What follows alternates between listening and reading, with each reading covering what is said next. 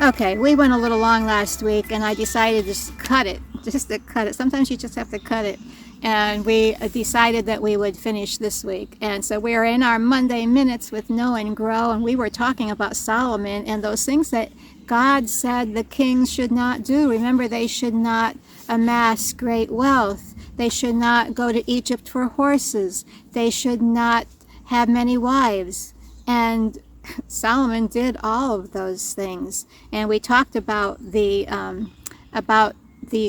seeking after quality in a country or a place God told us not to return to. Like he said, don't return to Egypt. And we talked about that last week. But we're going to finish on those last two this week. And that's with the many wives and concubines. And you know, he had so many, and they did turn his heart away. They turned his heart away after other gods in his older age. And even when he was younger, even if he wasn't serving them, he was making places for his wives to celebrate and worship. So he was still like part of it. He was part of preparing the places where they would do the worship. So that was wrong too. So let's move on and finish up with the amassing of much silver and gold. And you know what? The scripture, if you just read it, he amassed so much silver and gold. Silver was like nothing. Silver was like nothing. Let me see if I can find the scripture here. And let's see where it was.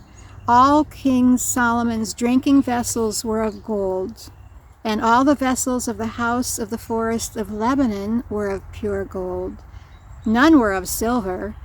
Silver was not considered as anything in the days of Solomon, and that's from 1 Kings 10:21.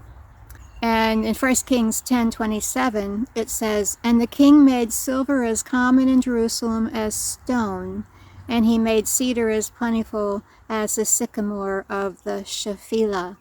And so silver and gold and goods and everything Solomon wanted, he had. Everything. He held nothing back from himself. He involved himself with every pleasure, every kind of riches, all kinds of gems. He had it all. And the Bible said, don't amass all of that.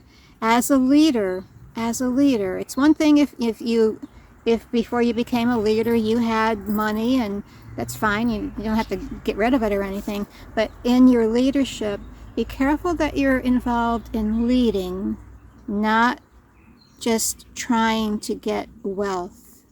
And remember, it's not that wealth is wrong, it's in acquiring all that wealth, his heart was not truly on the Lord. He was doing something the Lord said not to.